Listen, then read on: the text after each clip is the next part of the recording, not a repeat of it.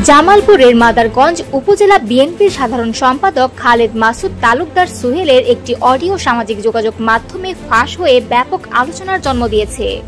6 minute 10 সেকেন্ডের ওই অডিওতে তাকে চাঁদাবাজি ও বালু ব্যবসা নিয়ন্ত্রণ নিয়ে কথা বলতে শোনা যায়। ফেসবুকে অডিওটি ছড়িয়ে পড়ার পর থেকে স্থানীয় ও জাতীয় পরিসরে তুমুল সমালোচনা চলছে। খালেদ মাসুদ মাদারগঞ্জ উপজেলার চাঁদপুর গ্রামের বাসিন্দা এবং পুলিশের ময়মনসিংহ রেঞ্জের সাবেক ডিআইজি আশরাফুর রহমানের ভগ্নিপতি।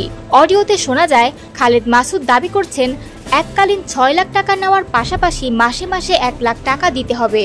এমনকি তিনি আরো বলেন, আমি ডিআইজির নাম ব্যবহার করেই খাই, আমি বিএনপির সাধারণ সম্পাদক, আমি যদি না খাই তবে কে খাবে।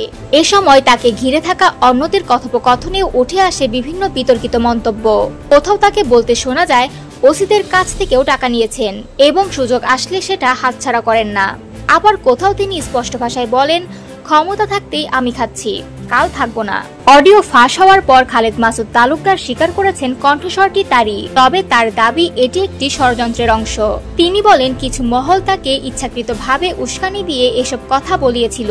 এখন তিনি এই ঘটনার জন্য গভীর লজ্জা প্রকাশ করছেন।